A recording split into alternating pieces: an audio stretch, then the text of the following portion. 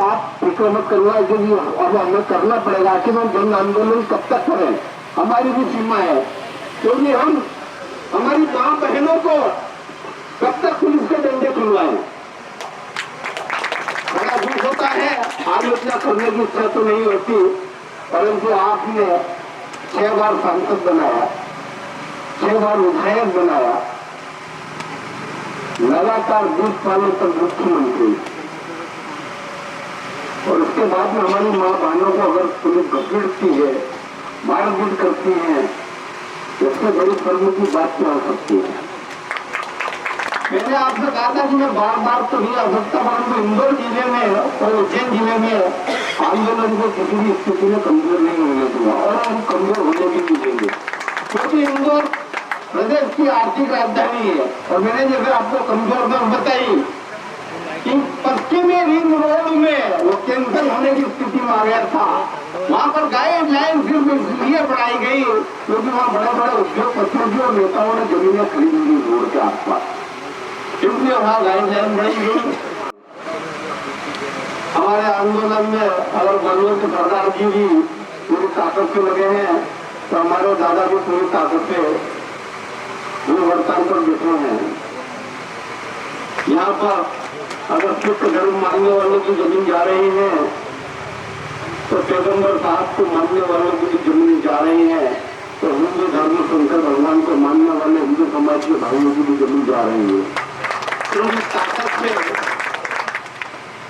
इसलिए हिंदुस्तान के लोग प्रदेश के सामने एक उदाहरण प्रस्तुत कर रहे हैं। जब इंदौर जिले में वहां पर आंदोलन हुआ, तो आउटर रिंग रोड की गाइडलाइन बढ़ी, ये तो मेरे गांव की 43 लाख की गाइडलाइन आज की तारीख में 1.5 करोड़ हो गई। और वहां पर 1.5 करोड़ होने का कारण ये है कि कहीं ना कहीं बड़े नेताओं ने आउटर का आसपास जमीनें खरीद ली,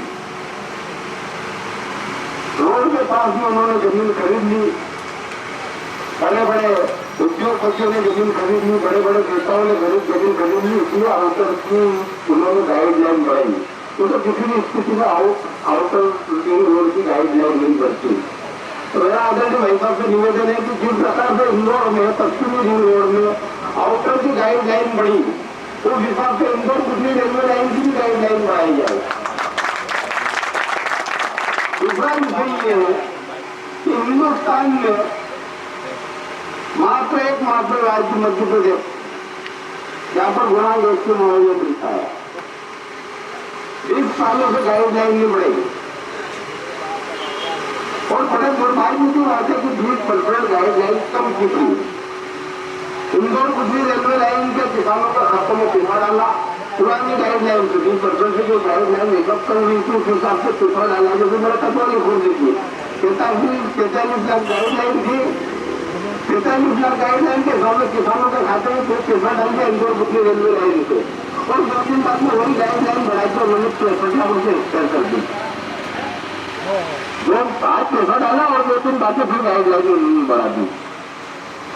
आखिर में किसानों के साथ में इतना अन्याय क्यों हो रहा है? अब मैं रोहित भाई से, रोहित चंद्रावाली से भी निवेदन करूं कि यह क्षेत्र आपका है, कृषि साहब की मौजूद है। आज हमें तो बड़ी खुशी की बात है कि आज दीवान जिले का विपक्ष हमारे साथ में मजबूती से खड़ा हुआ है, इसलिए हम आपकी दिल खोलकर तारीफ करते हैं।